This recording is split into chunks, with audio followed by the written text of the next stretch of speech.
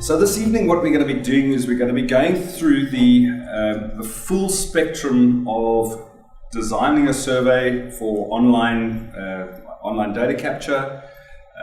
You'll see how to do that. You have, some of you, not all of you, some of you have already gone on and filled in that survey. I'll show you how to download the information, and we'll take it through then the rescaling that I showed you, and then through into SAS and do some analysis on that. So what I wanted to do tonight is really show you right from the early stage right through to the final stage. Okay, so that's the idea of tonight's session. The business school has a license for Qualtrics. So the idea is that you would need to go on and create an account. So although we've got a license for it, it's not part of the university system, you understand. It's a separate piece of software.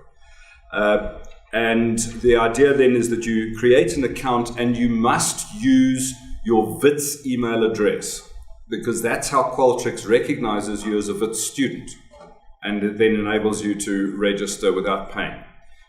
And you'll see, if you look on the presentation that I've got on Sakai, you will see that the address for the Qualtrics site is wits.qualtrics.com. It is not www.qualtrics.com. If you go to www.qualtrics.com, you will then be going onto the paying site and you'll have to pay for your registration. All right, so you must use that.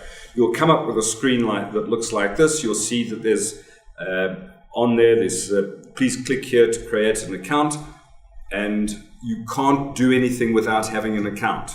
All right, so you have to create an account, then you can log on. Your password, you can use the same password as your WBS password or a different one as the case may be, but the important thing is you must use your WBS email address. So what I'm going to do is I'm going to show you the exact survey that I asked you to fill in. So those of you that have gone onto it will actually recognize it. Those of you that haven't, you'll be seeing it for the first time.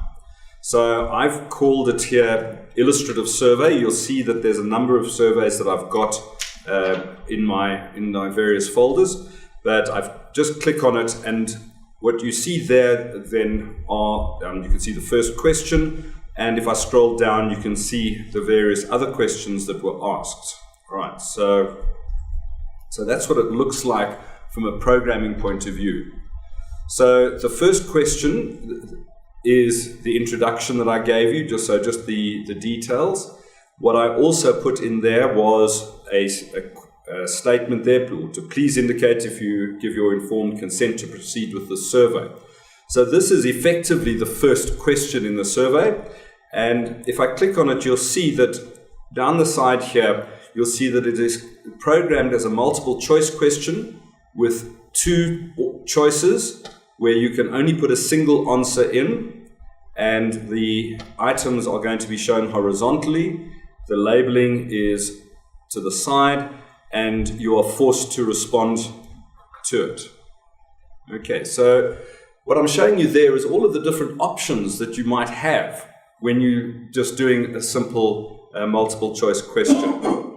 So if I were to change it, the yes no from being horizontal to vertical, it'll change it like that. If we to have multiple answers, we just tick that box there, and it'll change it to the option of having a tick box rather than a button, so that you can click the multiple answers there. So it really is as easy as clicking a few boxes. You can see the label position. If I wanted to the one side, I can do it that way. If I wanted above, I can do it that way. If I don't want to force a response, then I just remove that tick box, and so on. So there's a lot of flexibility literally at the point and click. All right. So what I've then shown you here is a condition that I've set where if somebody says no to that, it skips directly to the final question, which is just simply a statement. So it only goes through the next questions if somebody has said yes to giving their informed consent. So you can implement your automatic branching using the functionality that we've got in there. If I then scroll down, you'll see the various questions that I've included. So you'll see there that I've question 2, please indicate your gender identity. And I was being careful about giving all options there, you'll notice, so as not to offend anybody who might not have a distinct gender identity. Question 5 is slightly different because now I've got a whole series of questions that I'm wanting to use a Likert scale for. So if I click on that, you'll see it now defines that as a matrix table. So I've now got multiple items and multiple responses. And again, I can do all of the different sort of adjustments. I can say how many statements I've got. I can say how many scale points I want. I'm using a 7-point scale in this case. It's a Likert scale, so you've got various options there. You can have single or multiple answers. You can have drop-down lists, all of that sort of thing. So there's a lot of flexibility in how one creates those. You can see there again, I've got forced responses, so I'm forcing everybody to answer every question. If one doesn't want to force responses, you just clear that, and you can have then missing data, people that will skip those responses. How do you force people? Or just by ticking that box. If I take that box off, then they can leave blank. The next question won't show up unless it answers the previous one. Yeah, so you can't move on to the next question until you're finished. If I were to create another question, just to show you some of the alternatives here, what it does is up the top here, I can do a variety of different types of questions. So I can just have descriptive text, so I can just give an explanation for something. I can have a graphic image. I've shown you multiple choice and I've shown you matrix table. You can have text entry, so in other words, that is for open-ended questions. You can have a slider, and it shows you on the left-hand side down here what that would potentially look like. Right? So you can see then instead of asking for somebody to tick a box, you can have a slider scale. You can have rank ordering, and you can also have 2 sets of scales side by side. So you could have, for example, a rating of quality and how important that element is. So you can have 2 rating scales for the same items. There are various other alternatives here in terms of slightly more sophisticated and complex questions. They've got constant sum scale, which you might have seen in my presentation, and so on. I'm not going to go into all of the details of that. So there's, as I say, a lot of flexibility about how one can capture.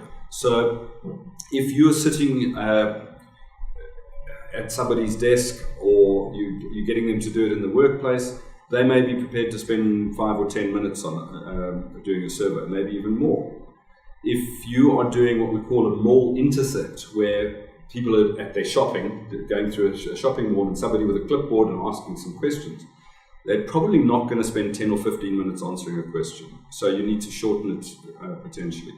One of the students a few years ago was doing a survey at a service station with people coming to fill up their cars, and so she had only the amount of time that people were taking to fill their car, because obviously they then wanted to move on. Now what she did in that case was she wanted additional information about the type of car, male, female, that sort of thing. So she had somebody else capturing that information while she did the interview. So it depends, but the way of picking up whether it's too long or not is through a pilot study. All right? And remember we spoke about that, how you run it as you'd expect, and then you debrief people. Somebody gives an answer to a question and you want them to jump to, So what you would do is that you go in this tool here, and you then add display logic, all right, which will then, you can then say skip if the answer is such and such, then move to such and such a question. Is there anywhere you have to put that's saying that you won't receive any personal information, like in terms of email addresses or? Fair enough. So in that introductory section, that's where you would put it. But is the program automatic that you won't receive any email addresses or anything? There's, when you say automatic, just... So you send the survey to an email address. Yes. And then they click on the link via that email address. I mean, it's always confidential. We can just assume that. Yeah. You'll see that it stores the IP address. Oh, okay, That will, okay. nothing else. Okay. So yeah, anything that you want to put in here, you just type in as text. All right. So all of your confidentiality. I mean, you saw it in there in terms of what I was putting in there. It's fairly typical what I put in. IP address. Yeah, but that's not automatic. I typed that in myself, obviously. Yeah. All right. Yeah. IP address is an identity. Yeah. So there's a confidentiality. Okay. You don't know who the person is necessarily. You can find out. You can find out. Okay. So that's your responsibility as a researcher, not to disclose that. So in the same way as when you interview somebody, you know who you're interviewing. All right. So the question is, on your ethics form, you'll see that there are two questions. There's a question about anonymity and a question about confidentiality. All right. Now, in the case, confidentiality is when you don't disclose it as the researcher. Anonymity is when you don't even know who the person is.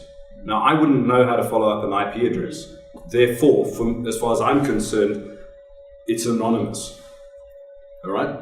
So if you've got the skills to follow it up, then it's confidential, not anonymous. Okay. So that's the difference.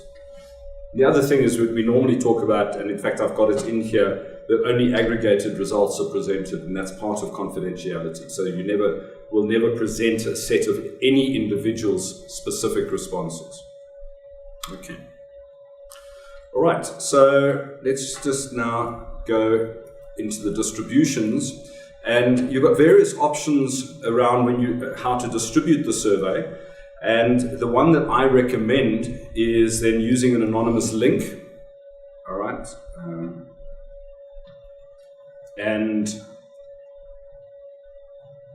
gives you the URL that you have to follow. All right. So there's the URL. There are other ways of doing it where you can do it via through Qualtrics, where you can give it an email list and it will send it out to that email list. I generally don't do it that way. I generally work from a list of my own. All right. So that's the way to do it. So that's what I recommend. Okay, and you can put that URL on a Facebook site or a tweet if you wanted to as well. So if you're wanting to distribute via social media, that's how you could do it. This version of Qualtrics does format the survey for smartphones as well.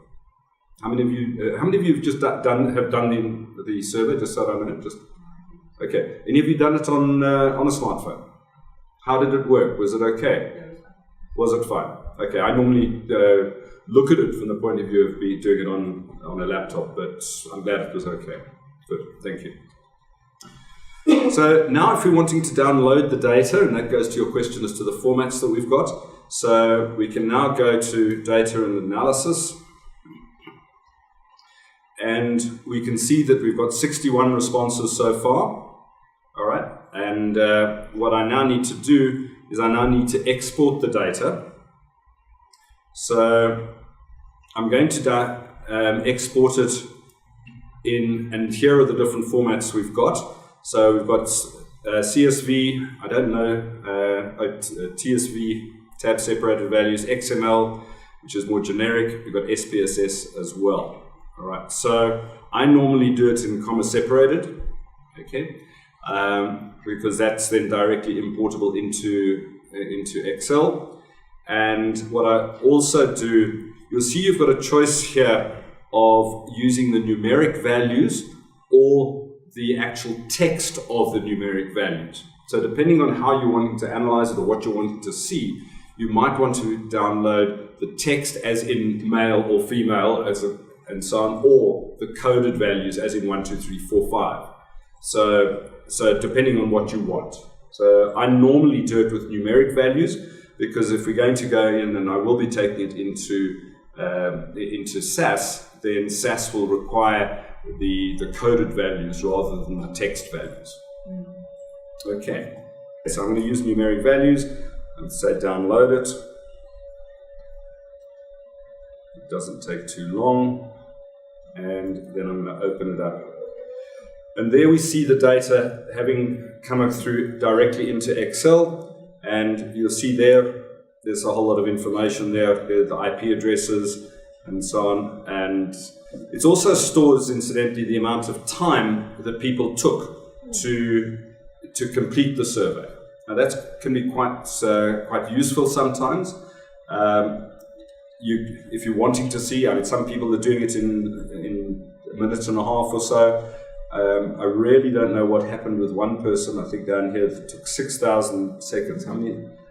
It's about 4 hours or so, 3 hours to fill in the survey.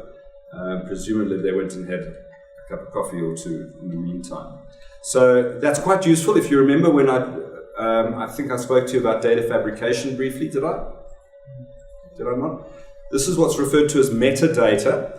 And if people are falsifying data, you can often pick it up using this sort of metadata, and you can see if somebody was taking 10 seconds to fill in that form, you would know that they haven't actually applied their mind to those questions. So that's the sort of thing that you might look out for. You know, even one might look at somebody that 44 seconds seems a bit quick, but that's probably still legitimate. But you can sometimes filter your data for unreliable results on the basis of how long people took for the survey. Okay, if we scroll across further, you'll see that there are the results to the various questions. The text is up there, so that was the introduction. So everybody that is answered has agreed to the survey. You'll see those are the twos. That was answering yes. Then we've got that's now our gender identity. So you'll see that most people are ones and twos. There's a 4 in there as well. We've got then the pre-MBA qualifications or work experience, and again, all of them coded. And then we go to the matrix question, which was the series of the 10 questions with the 7 Likert scale answers, and those are then question 5, 1 to 10. So there are the answers. Question 7 was the one I added in just while I was demonstrating it. So there's no responses there. So this is now my raw data, right? So just in terms of Qualtrics, Qualtrics is now put aside. All right, so Qualtrics has got some very basic analytical tools. You can do some charts and that sort of thing, but really it doesn't do much more than that. So I always download from Qualtrics into either Excel or into SAS or SPSS or something like that. So what I'm going to show you now is moving this data into Excel and going to be running the distribution fitting algorithm, which takes us back a couple of sessions where we've got ordinal data and we want to convert it into numeric data. All right, so we've got verbal responses. So even though it's coded as 1, 2, 3, 4, 5, 6, 7, actually that is a series of verbal anchors, as we call them. So actually a 1 means strongly disagree, a 2 means disagree, and so on. So we're now going to convert that. And I've got an Excel file open here, this one here, which I've set up just in advance. And I'm simply going to copy my responses, all 61 of them, across into my predefined template. And this template is on Sakai, by the way. All right, so you've got that. You might have to adjust it if you're using a 5-point scale or a 7-point scale, or you've got more questions, or fewer questions. But what I'm saying is that template is there, and you'll see how easy it is to use in a moment. So let's just paste that in. And so there it is now in my Excel file. Can you undo the paste? Absolutely, yeah. All right, so I've highlighted all my responses in the downloaded file from Qualtrics. So there it is highlighted. I've switched over then to my pre-prepared template, and I just Control V. Well, actually, I'm just going to paste values to make sure that there's nothing corrupted. So there I've now got my data. You'll see that it's got the time, the start time and end time, all of that sort of thing is in there. I'm actually not interested in all of that. I'm not going to analyze all of that. So I'm just going to hide those cells for now. All right, I'm just going to hide those. And the ones I'm interested in are from question 1 onwards. So if I now move on to the next worksheet, that's where the calculation is done of the distribution fitting algorithm. So if I switch over to that worksheet and I scroll up, you'll see I've set it up so that I've got these very crude bars just giving me a visual impression of the responses. Right? And it's sometimes useful just to have a look at what the profile of responses is. So we'll see that the first item there, which is assignments and examinations on the program, are generally challenging. And you'll see there from strongly disagree through to strongly agree, there's a tendency for people to agree with that statement. If we move further across, we see here that the logistics and program coordination has generally been satisfactory. We can clearly see that there's a level of disagreement with that statement. But there is nevertheless quite a lot of diversity of opinion. In fact, on most of the items, there is a spread of those. All right, so that's just, as I say, a very quick visual check to see what the responses look like.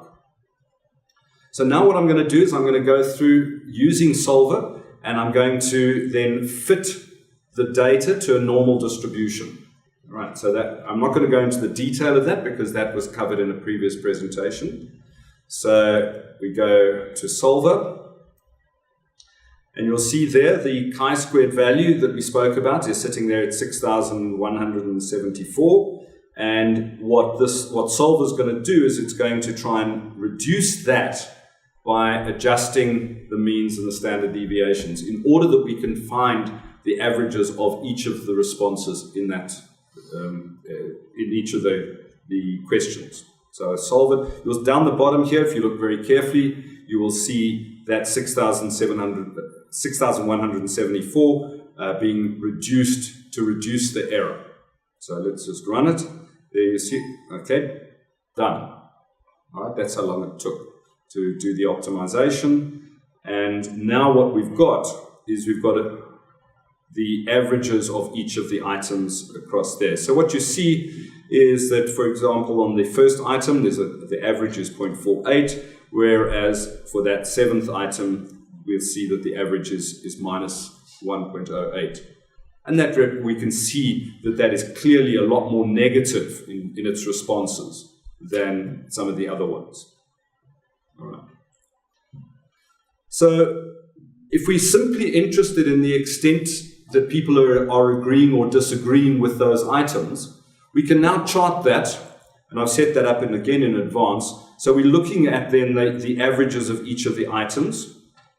And I'm just going to get rid of my menu there. And what that chart is showing then is the averages, right? So we see that first item had a positive, the average was in the agree category. And what I'm showing you as well in the dotted lines, those are the separations or the thresholds between the response categories. And you can see that they're not equal. We can see that the kind of neither agree nor disagree is quite a narrow category. The somewhat disagree also is quite narrow.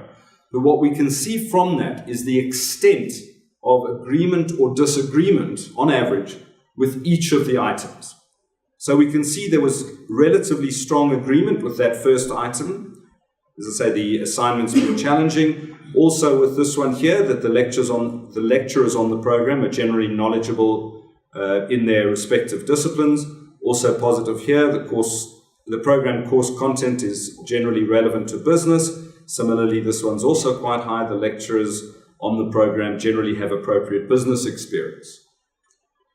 On the negative side, we can see that we've got the logistics and program coordination has generally been satisfactory. Now, we could see that from the profile of the responses, right? So that's obviously not a surprise to us, either in terms of the interpretation of it, right?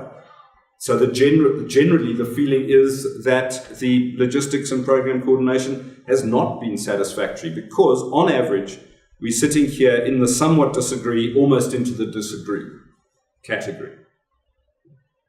Does that have some face validity, ladies and gentlemen? Yes. All right. Okay, so what I'm doing here is I'm going through now the interpretation of it. So you can actually see kind of what the patterns in the data we're representing. And so we can actually go through and evaluate each of the questions that we might want to on the basis of these averages. We could also look at the spread as well. We could go back, I haven't shown it in this chart, but we could see the spread. So if we go back to the standard deviations here, what we can see, well, it's actually variances. We can see that the variance of that item there, the one about the coordination being satisfactory, has quite a high variance. In other words, what that's saying is that there's a relatively wide range of opinion covering that item. If we compare that to this item here, which is the program course content is generally relevant to business, that has a small variance. So there's more consensus about that question than there is about some of the others. So not only have we got the average level of agreement and disagreement that we can interpret, we can also interpret the degree of consensus or diversity of opinion that we've got in these items. And we can see that if you look at this this one where there is on average a degree of disagreement, you can see that there are actually a number of people that are still agreeing with that. Okay, so there is quite a lot of diversity of opinion. Whereas with this one about the applicability of the course content, we see that virtually nobody, only 2 people have actually disagreed with that statement. So clearly there's more consensus around that item. Can you see how I've tried to present it in the sort of way that you might look at presenting these results in your own projects? Can you take a screenshot of that and actually just put it in? Oh yeah, I mean you could do. You could certainly, you mean into your report? Yeah. Well, I would just do it in Word and just drop the data in. Exactly. Yeah, absolutely. That's the sort of thing. But what I'm more interested in right now is, do you understand it? Do you understand how I've interpreted it, and does it make sense to you? Okay, so that's the key issue about this, is I want you to see how I started off literally setting it up in Qualtrics, right through to now we're turning it into something of meaning. By the way, how did I generate those 10 items in Qualtrics? What I did is I tried to think about your experience of the MBA, and I didn't want to do it totally comprehensive, but I didn't want to focus just on one area. So I deliberately looked at kind of some of the academic content, the lectures, the coordination, the program itself, because I honestly didn't know until now, we still don't know kind of how that pans out in terms of underlying dimensions of your experience. So we'll see that once we go into the factor analysis as to how you've done it. So I tried to capture the whole range of potential experiences, even though it was only 10 questions. Okay, so that's where I got those items from. Okay, and I mean, obviously you can argue about whether I did or didn't achieve that, but that's not the point. I mean, if it needed 12, if it needed 20 questions, we could always have added additional questions into that. Right. But as I said, I really want to make sure that you're understanding at this stage, what have we got from that process up to now? Any other questions about it? And the important thing is having the face validity, that it does make sense. All right. I was a little bit surprised at some of the results. For example, the fact that the average on this obligations and expectations of students are generally clearly communicated. The average is sitting in the somewhat agree. So there's not, by no means is there strong agreement, but I thought that there might be a degree of more disagreement with that particular construct. But that was just where I was coming from. And then the program administrators generally have a good relationship with students. Yeah, there's some agreement with that. in a sense, I would have hoped for a stronger agreement with that, but it is what it is, as they say. That's what the results are saying. You can't do this analysis in Qualtrics. You have to export it to the table. Yeah, because Qualtrics is not going to give you the distribution fitting. All right, so the best it will do will be to show you the distributions, and I think it will give you the averages if you make the numeric assumption. So in other words, if you take it on the basis of 1 to 7, it will say the average is 4.5 or something. What we're doing here is we've adjusted it so that it now follows the normal distribution, which means that we can now go in and do some t-tests and other things. All right, so I can now go in, and I'm going to do that now, and we can see whether, for example, males and females feel differently about it. You see, so without that, without having gone through this process, you can't do any of the additional analysis. Okay, so now what I'm going to show you, so that kind of finishes the work that we do in Excel. What we could actually do some more analysis in terms of doing charts of things. We could do some simple descriptive statistics using the basic functions in Excel. So we could show a bar chart of what the averages are for males and females, or across the different disciplines and so on. So basic descriptive statistics are still available in Excel, as far as you are comfortable. But what I want to show you now is taking it the next step and going into SAS and starting to do some hypothesis testing in SAS to test, firstly, whether there are significant differences across any of the questions between males and females and different disciplines and ages. And then I'll go on and I'll do a factor analysis as well to show you the dimensionality. All right. So let me just save these results. What I've done in the last folder, worksheet here, is I've now got calculations where I'm rescaling the results based on that normal distribution. So I'm just going to copy the results down here. So what I've now got, instead of the 1 to 7, I've now got numbers which have compensated for the different spacing of the categories and thereby created a normal distribution. So I've rescaled it from being ordinal, it's now numeric and following the normal distribution. So is this the data we should use for our analysis, the corrected version? Correct. That's exactly what I'm saying to you. Yeah, you should not be using the raw data, because the raw data, if you remember that presentation, the raw data has that discretization error. You see, so you'll get the wrong means and standard deviations, which means that you potentially get the wrong results from your hypothesis tests. Whereas by going the route where we've rescaled it like this, right, we've now got an accurate and reliable value, and therefore we can do the proper tests. And that correction is what leads to the expected frequencies. It's based on the observed frequencies, actually. All right. So it's based on the observed frequencies and the threshold values. Remember, the threshold values are changing, and that's why when we look at the chart like this, those thresholds are not equally spaced, and that's why you can't use a simple numeric scale 1, 2, 3, 4, 5, 6, 7, because they're not equally spaced. On the main Excel sheet, you've got observed frequencies and you've got expected frequencies. Yeah, that's right. Yes. Okay, so the observed frequencies is what we've actually got from our survey.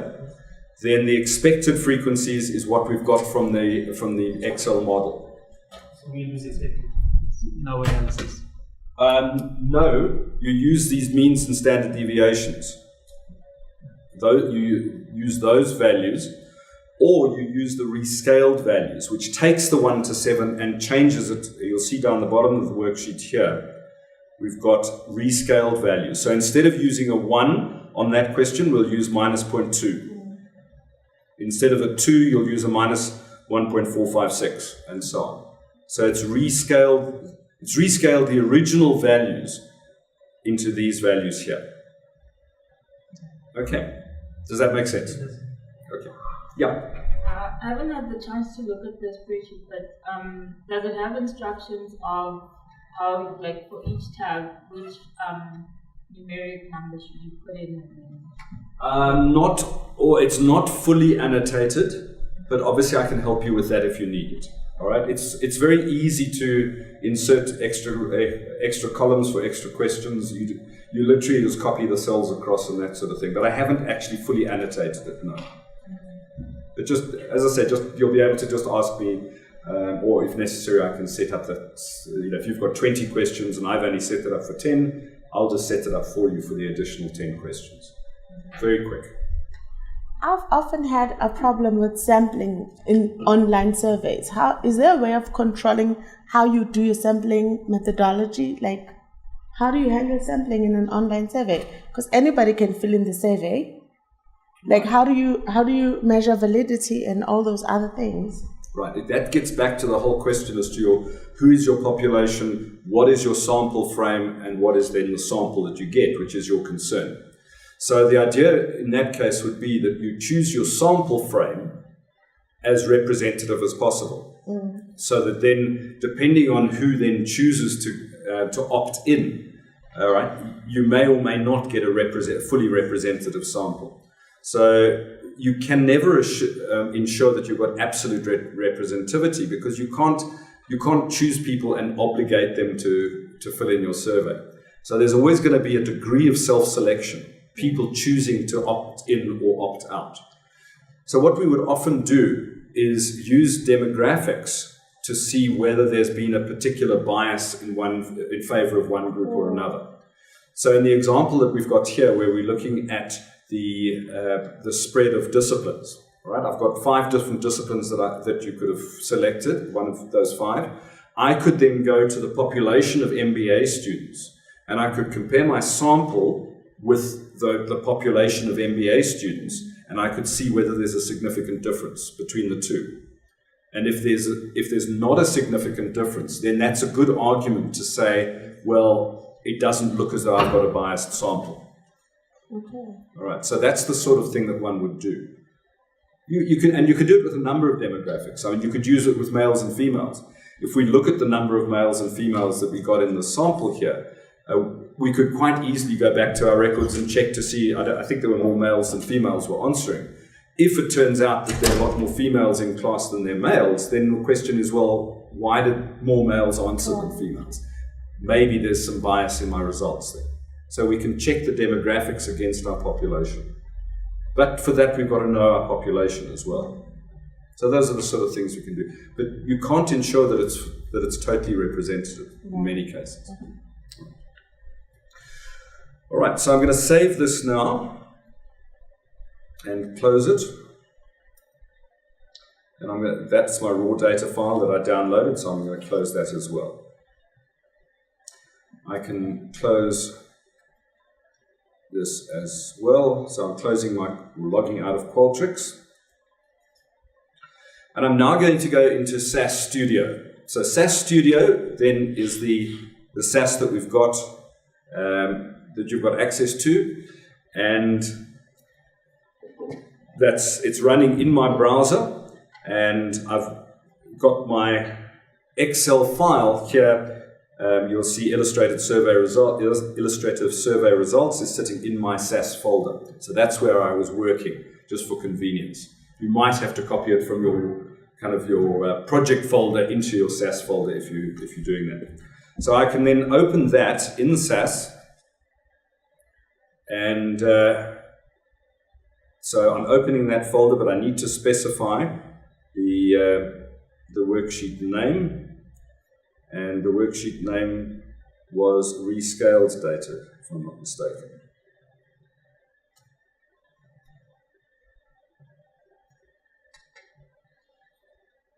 Okay, so let's run that.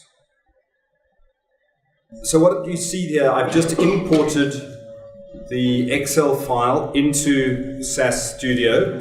If I go into that particular table, you'll see there are my various questions. All right, so question 1, 2, 3, 4, and then there's question 5, 1, 5, 2, 5, 3, which are now all my rescaled values. Okay, So that's what I've got that I can now work with.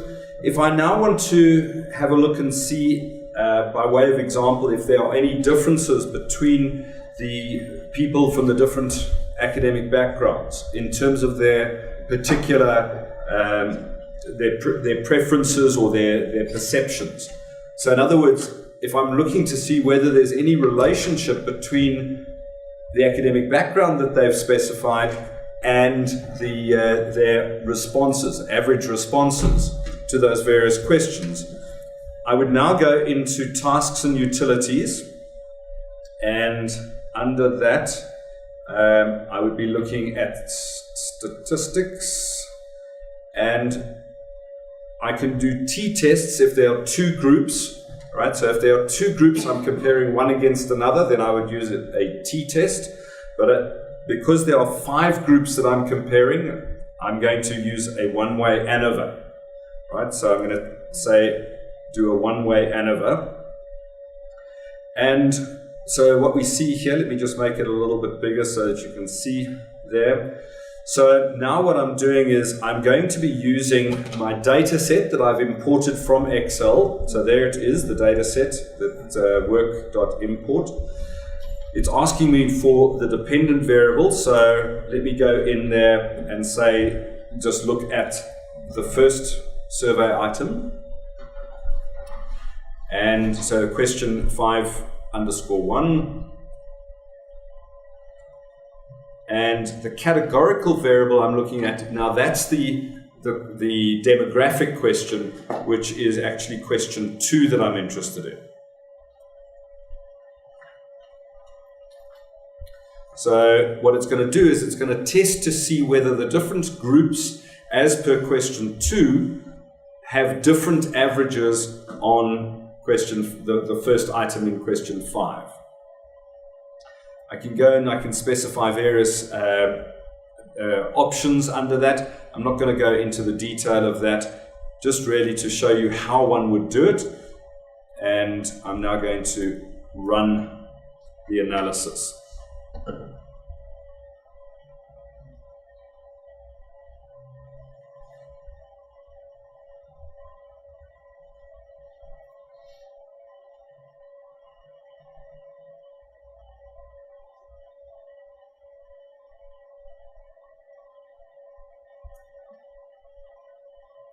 Right, so this is now the results of the analysis.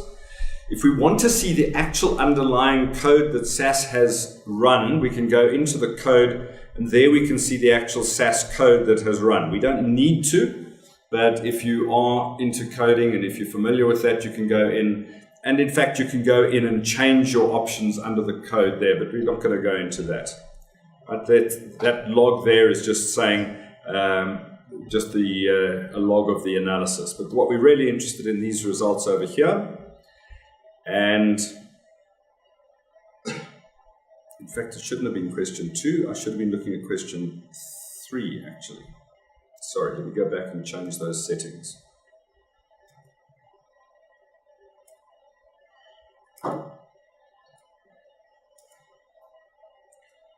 Yeah, question 2 is actually the gender identity question. So that's the one I wanted to run. Is SAS Studio also available to us? SAS Studio. SAS Studio is a free version of SAS. It doesn't have the full functionality, but it is free. Okay. The university does have the enterprise guide and the base version if you do happen to be competent and familiar with it. But this is actually an easier interface, and as I say, it's free as well. Right, so let's go and have a look at the results now. And what we see is, if we look at the ANOVA table over here, we see a p-value here of 0.995. Now what that means, if that value had been small, and when we say small, we normally mean less than the alpha value or the significance level, which we would typically, and by convention, we would use 5% or 0.05. So that number is very high because it's very close to 1.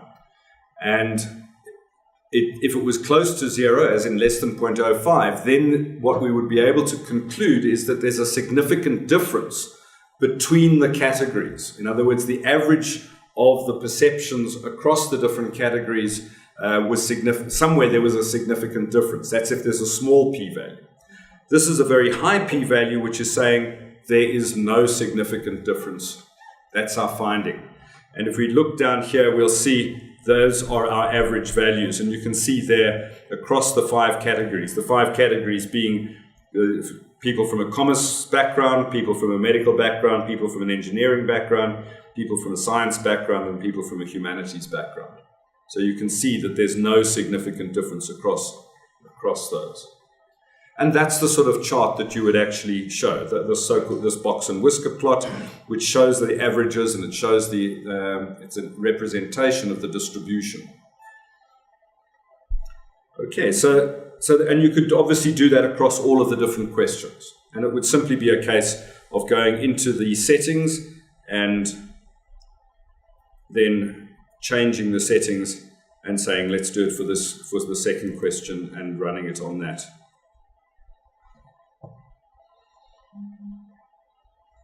Okay, and we can go and have a look at the results. Right, here we get a value, the p-value is 0.10, so that is still insignificant. So even though we now do see some difference in the means, there's insufficient difference in the means of the different categories to be statistically significant. So based on our sample size, and our sample size, bear in mind, is very small here, because I think under medical we've only got about 2 or 3 people. So it's a very, very small sample, and so we really can't draw much inferences, statistical inference from that. I'm not sure how much sort of hypothesis testing and statistical analysis have you done earlier in the program. You did do a numeracy course, didn't you? Some while back. Mm-hmm. Okay. So I don't want to go into the statistical side of it. I just want to show you the sort of things that you can do with the analysis. Okay. If we were to look at age is a categorical variable because we had categories from 20 to 29, 30 to 39, 40 to 49, and I don't think there was anybody of 50 plus. And so that is in fact an ordinal variable. So there's a sequence associated with it. People that are in categories 20 to 29 are younger than people in category 30 to 39 and are therefore younger than as well from people that are in 40 to 49. So we don't in that case then run an ANOVA test because we've just run an ANOVA test because the categories of your career, your qualifications, there's no sequence associated with that. So that's why we did an ANOVA.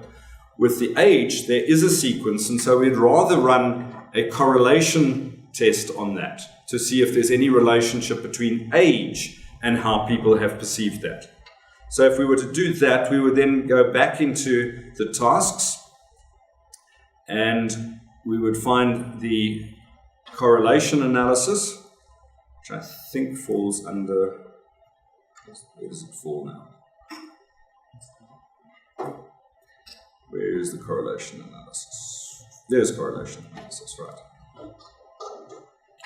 So again, what we're going to do, we'll do much the same thing as we did before. We're going to set up our data set is the imported file that we're working with, and the analysis variables we're going to then analyze to see whether there's a relationship between age and, let's just specify a couple of other variables as well.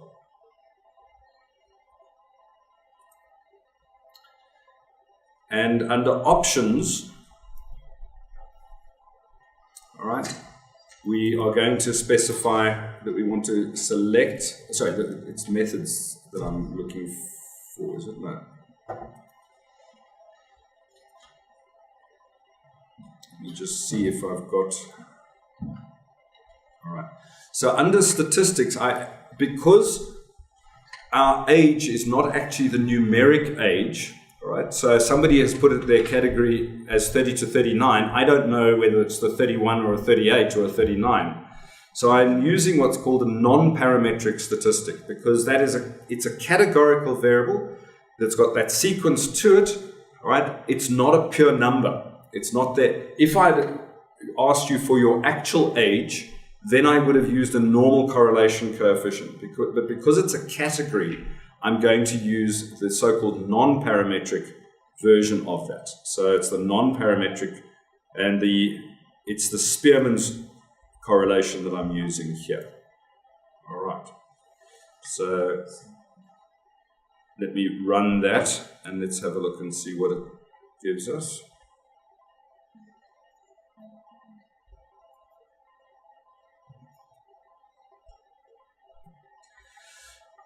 Right, so what it's showing us then is that there is some positive correlation between the age and question 5.1. I know it's a bit small, but it's saying that there's some positive correlation there, but virtually no correlation with the other questions. So we can go ahead and we can analyze that on a question-by-question basis and see whether there's any relationship between the responses and the age. So what I'm really showing you here is how you can take your data set and you can now do a full demographic analysis of it on a question-by-question basis. All right. And that's typically what one would want to do in a descriptive study, or even in some sort of a more in-depth causal study. You might want to see where there are relationships between demographics or any other variables for that matter and how people perceive things. Are we expected to analyze each and every question? Like when we're writing our analysis section of our research, should we go with each and every question? Okay. You should only be asking questions that are relevant to your research. Ethically, you should not be asking any questions that are not directly relevant to your project. So my answer to that is yes, because it's obviously relevant. You shouldn't be asking questions just because they're interesting. Right? Ethically, you're not entitled to do that. Having said that, though, if you've got a survey of 50 questions, you're probably not going to want to analyze all 50 of them, which is why one might then do a factor analysis, which is what I'm about to do now, to reduce the number of questions or items down to a smaller number of factors. And then you analyze it factor by factor. But you're still using all your data, you see. At face value, we're taking the questions and we're breaking them down as much as or as little as you want to. All right. So if we if there had been significant differences between, let's say, males and females, we would be able to describe whether males agreed more with a statement than the others. And therefore, you would be able to infer how much, whether there was a significant difference in their perceptions. And you could then draw conclusions about that as well, based on, of course, your original theory. Yeah. So you can help us when we set up a meeting or appointment with you. You can help us with a tool, but you're not going to assist us to link questions with each other to derive the analysis. So I can help you with running the analysis pretty much as you're seeing me do it now. You can see I'm quite familiar with it, but I'm not going to, I can point out, right, there is a significant difference between males and females. I'm not going to go into why. You need to then understand the context. You maybe want to go back to the theory and explain it that way. So I will point out the results to you, but no, I'm not going to do any of the actual interpretation of it. I can say to you there's a positive correlation with age, which means that older people agree more than younger people. But that would be as far as I would take it. All right, so what I'm now going to do is I'm going to do a factor analysis, an exploratory factor analysis that I spoke to you about, was it a session or two sessions back? And the idea of this then is to take those 10 questions, and instead of just looking at them individually as 10 questions, I want to see how you, in general, as a cohort, how you have perceived your experience. So you haven't perceived your experience in 10 different ways. You will see that there's a simpler way of looking at your experience of of the program. And that's what I'm looking for now. And in that way, I can then analyze a fewer number of dimensions demographically or as a cluster, however I want to do it. So I'm going into the factor analysis, and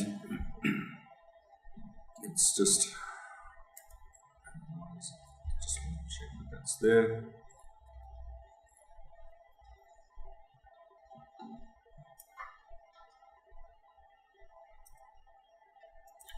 So I'm now going to be doing the factor analysis on those 10 questions. All right? So those become my manifest variables, if you remember that discussion. And what we're looking for are the latent variables or the underlying variables. So these are the 10 variables that I have the information of. I now need to set up some of the settings, and I'm not going to go into the detail of that.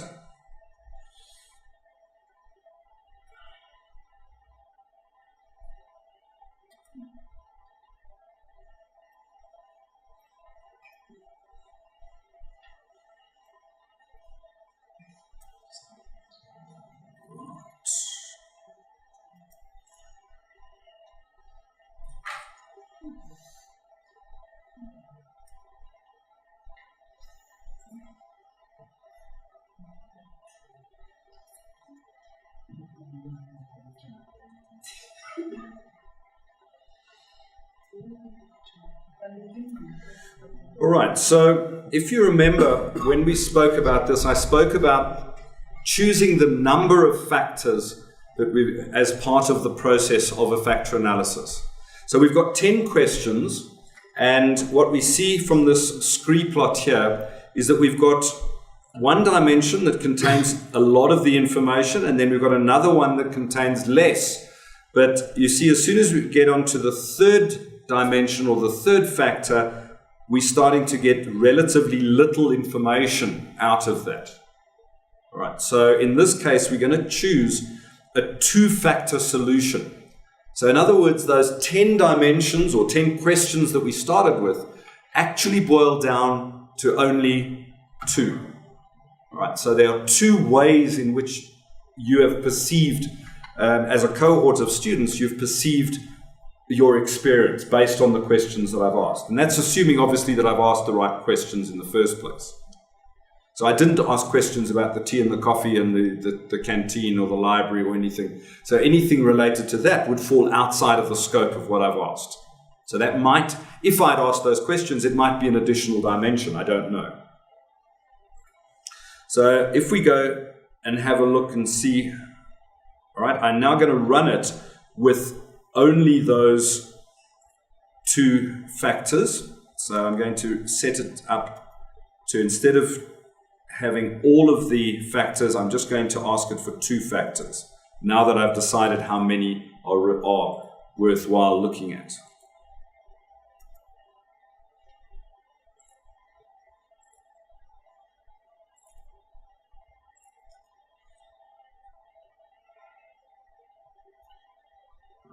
And here we see then the so-called factor structure, all right, or the factor pattern. So what we're saying now, and we're going to need to do some chopping and changing here. So I'm going to turn some lights on. Just because I'm going to need to use the board. Oops. What this is telling me, and the numbers are a bit small, I know, but what this is telling me is that I've got 2 latent variables. So I'm going to draw those like that. If I look at my first factor, I've got a strong weighting on 5.2, question 5.2, quite a strong one on 5.7, quite strong on 5.8, quite strong on 5.10. So what I'm going to do is I'm going to draw those up here as my manifest variables. I'm not sure how many I'm going to need. So let's just keep a record of that. So that's 5.2. Then I've got, that's quite small, that's quite small. Then I've got 5.7, 5.8, 5.8 and 5.10 as well. And that's now factor 1, right? Okay. Factor 2, if I look at it, I've now got question or item 5.1. That's low. I've got 5.3. Let's look down. 5.4 I've got as well. And 5.4 does load a little bit onto factor 1, but we won't worry about that for now. So 5.5 and 5.6 as well.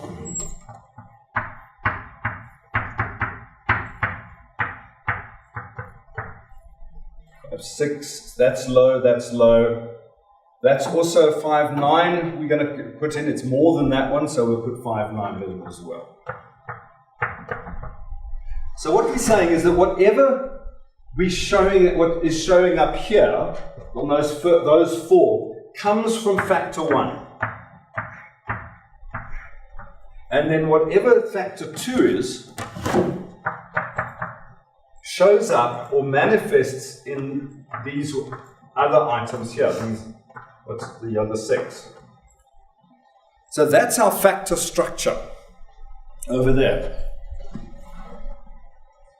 Now bear in mind, I haven't done this before. I haven't analyzed this, so I don't know what these are yet.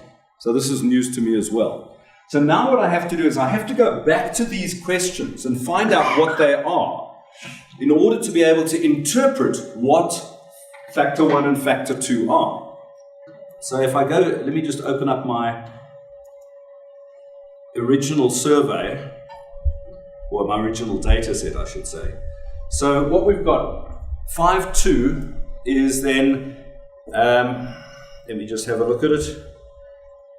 Obligations and expectations clearly communicated, right? So let's just write that there. Obligations and expectations clearly communicated. All right? Then we've got number 7, which is logistics and program coordination. Right, so logistics and program coordination. Then we see 8 is program administrators having a good relationship. Okay, so program admin. Then we've got 5.10, which is course content well presented. Let's just say course presentation. So my question to you now is, and as I say, I haven't looked at this until this moment, quite honestly. So my question to you is, what is factor 1? Can you see? How do you interpret factor 1? So, and what this is a way that you are experiencing the program, because that's what the questions were asking about. To what extent you agreed with these different aspects of the program. So how would you group those just generically? Do you get a sense of it? It's the admin and the logistics, isn't it? It's support services, or the support for the program. Program support, could we call it? Okay. Program support. All right, so that's now the underlying factor. So what that's saying is that as a cohort, you experience program support across a spectrum. So I'm not saying that you all found it good or all found it bad. I'm saying that there is, in fact, a wide variety of experience of the program support.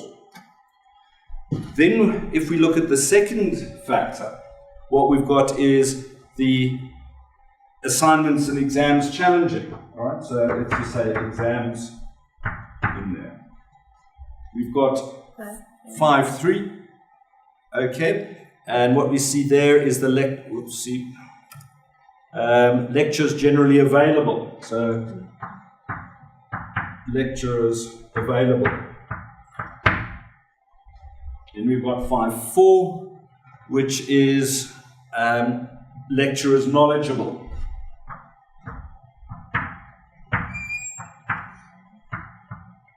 5.5 is lecturers have good relationship with the class.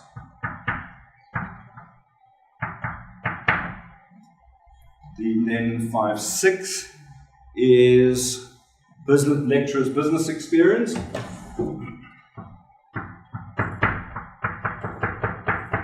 And 5.9 is relevant course content relevant to business.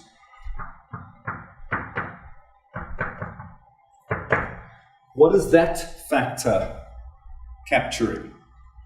Lecturer's quality. Lecturer's experience quality. Yeah, you could say that. I would see it slightly differently in terms of lecturer's experience, because you've got content here, you've got exams, evaluation. It's more about content, isn't it? It's about the technical content in a sense. So what we've got here is program support. I would label this as program content. So what that is now saying is that, again, in terms of how you're experiencing it, it's not about 10 different questions. It's about 2 separate dimensions. So people are, you as a cohort and your colleagues that have responded will see it as support and as content, as 2 separate and independent. You've assessed them independently in a sense. So the program support is independent of the program content. And you can now evaluate whether people, that males and females, have perceived program support to be different from males. Similarly, program content, you can analyze it across the different disciplines. You can analyze it across the different age groups, and so on, in exactly the same way as I was looking at it across the different, as we were looking at across each specific question. But now, and that goes back to the question, if we had 50 questions and you were able to reduce it down to 6 or 8 constructs, let's say, underlying constructs, you don't deal with every question. Right. So if I was dealing with this now, if I'm reporting back to, let's say, my colleagues in the academic office, or my colleagues my academic colleagues, I would be saying to them that this is now 2 dimensions, and we need to manage both of those. You see, as a business school, we need to look at both of those, because you've got experience of support, you've got experience of content, but they are different from one another. And managing one is not going to address the other. Right? And I think you see that in the structure of the business school, is that we do have an academic programs office that looks at support, and obviously we've got the academics who are responsible for content, which is all of this part here. So I'm relieved that we have good face validity, right? Because the factors make good sense. All right? If the factors were very obscure, that would be quite challenging. And obviously we hope to get nice clean factors and a nice clean factor structure, and this has turned out to be quite clean. Is it dependent on the quality of questions? Would I get, so saying, I think I'm answering myself, saying my questions are poor, I'd never get a relation between, so I'd get a whole list of factors instead of summarized. Yeah, the quality of the questions is important, because if there's ambiguity in the question, then you're not going to get a nice clear factor structure like this. You're likely to get confusion. You're likely to get sort of cross-loadings of things, or you're likely to get factors where you can't interpret them as easily. So yes, the quality of questioning, going back to that the session where I took you through how you word the questions, not having double-barreled questions, making them easy to understand, all of those things will lead you to have will certainly help having a clean factor structure. Yes. No, definitely that's the case. Any other questions? Any other thoughts? Have you understood the process? Because that's what I was wanting to expose you to, is the process that we've gone through here. Literally right from designing the survey through to seeing it through to its conclusion and the interpretation of it. So I've just done an hour-and-a-half research report. Well, you've literally seen it from start to finish, in all honesty.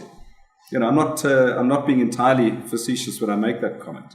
You have seen it through from start to finish, from the design of the Qualtrics, you've experienced, some of you that have done the questionnaire, you've experienced it from the point of view of the respondents, I've shown you the downloading of the information into Excel, into SAS if you're wanting to do the slightly more advanced analysis. Questions or comments? When we chose the factor 1 questions, we looked at all the higher values, and factor 2, we looked at the lower values. Is that correct? No, let me go back to that. No, what I did is I looked at the high values for factor 1 to define factor 1, and then I looked at the high values on factor 2 to get my factor 2. So I'm always looking at the high values, or the strongly negative values as well. I could have done that, but in this case they're all positive. So what's the cutoff? We normally work with a cutoff around about 0.4, but it varies. It depends on your sample size. So if you look here, I was actually cutting off at around about 0.5. So in fact 0.6, because I took that one, I didn't take that one, right? And that's because of my relatively small sample size. The minimum sample size I should have had for this survey would have been 100. And the reason that I say that is that because I had 10 questions, or 10 items that I was factor analyzing, the benchmark is 10 responses per item in our factor analysis.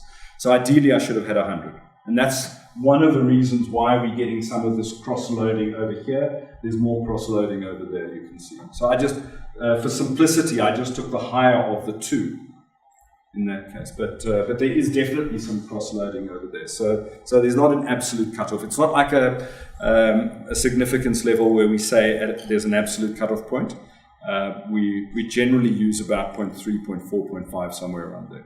But it does depend on sample size. And it also depends on the clarity of the factor structure. So we can be quite pragmatic about it.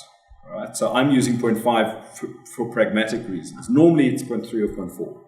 I want to open up the floor to any questions and anything that I can respond to around process. Does anybody have any queries that they would like to pick up on? Because this is, as I say, it's our last session together. So let's try and address things within the classroom. I'm available to answer questions individually, but if there are questions that people would like to pose that can clarify things for everybody, then let's do so now. You've got the information, you know about the information that's on Sakai, so that's all available. You've got readings. There are more readings there, or the readings are broader, I should say, than we've covered specifically in class. So some of them are there for reference. You'll see there are readings about qualitative research as well, about research designs, conjoint analysis, correspondence analysis that we haven't touched on. So there's a number of those there. So please use those resources. That's what they're there for. You're all clear about the process going forward? No ambiguity. You're clear about the examination process. Your actual research project report will be examined by an examiner. Oh. is what I'm saying. There's no exam. No, there's no exam. I'm talking about when you submit in February, hopefully, it will be examined, and then the marks will be.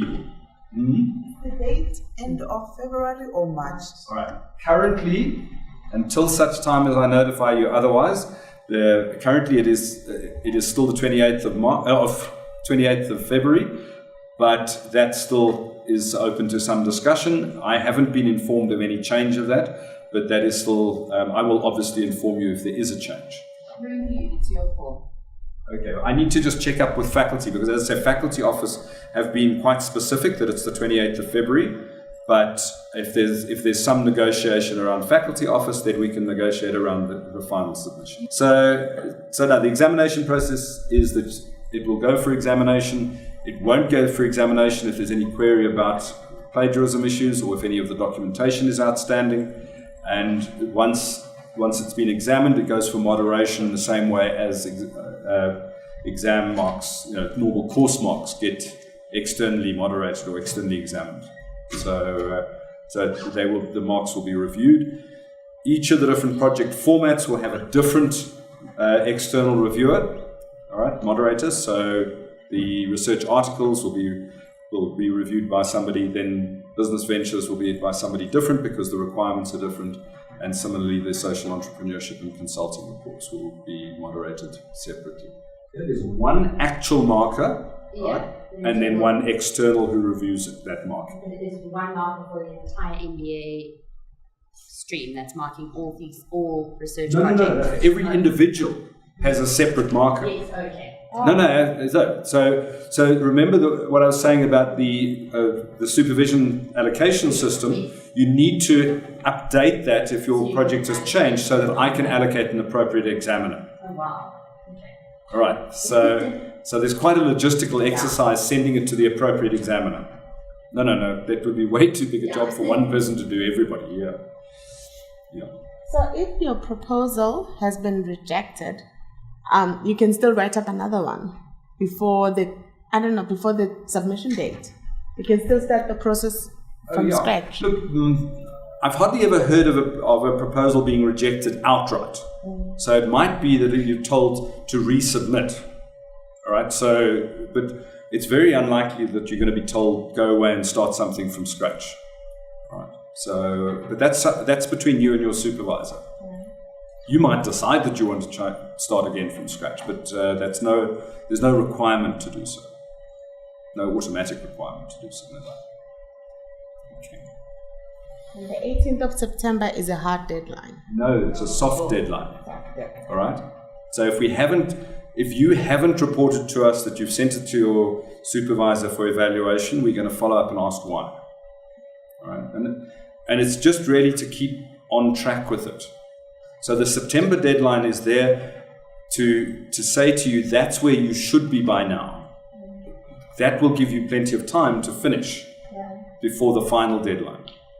Okay, that's why we've set the 18th of September deadline. Yeah, but that's a soft deadline. If we need to speak to you, can we set up an appointment with you, or just come to your office?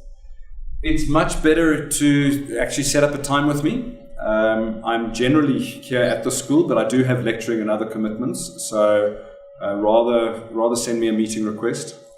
And if you're wanting to contact me, I really do ask that you send me an email to give me a heads up, and then maybe contact me on the phone a day or two later.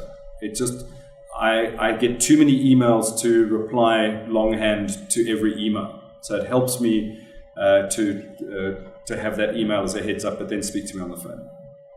And if it's to do with data, I'm always going to ask you for your data set so that I can have a look at it. So you might as well send that up front, all right, if there is a question around data analysis or anything. Yeah. So pass failure rate. Pass failure rate. Very, very few people fail the research component. I mean, literally, I can't think. I think one person has actually submitted and had a total rejection, but as far as I know. The reason that people don't get through this is because they don't submit. That's the reason people don't complete. It's not because they fail. The point being that if you submit something that is not up to standard, that essentially that is going to fail, you do have the option of a major revision. When I say you have the option, it's an optional outcome of the examination process, is a major revision, which gives you then the 3 months to resubmit. But then you can only get 50%. Right? So you can't sort of up your mark beyond that by doing a major revision. Okay. No other queries? All right. Well, in that case, we'll wrap it up there. But please keep in contact if there are any issues. Keep in contact with your supervisor. Keep in contact with me. Please don't have a situation that I had with a student recently, complaining about sort of lack of contact and then finding, no, well, they were using the wrong email address or something. Follow up with phone calls. And again, don't do what another student did to me, send something through to me at 3 o'clock in the morning and expect me to reply by mid-morning the same day. All right? It doesn't work that way. All right? Your supervisor is likely to get a little bit irritated with you if your expectations are unrealistic. So please be realistic about it as well in terms of turnaround times. But if there are problems, please let me know, and I will endeavor to resolve any problems like that may arise. In that case, all the very best. You can do it, you will do it. Every single MBA graduate that's gone before you has done it. So it might seem like a mountain that you need to climb, but it is eminently doable. You can do it, and you will do it, and you'll walk across the stage in July, and it will be done and dusted. All right, good luck.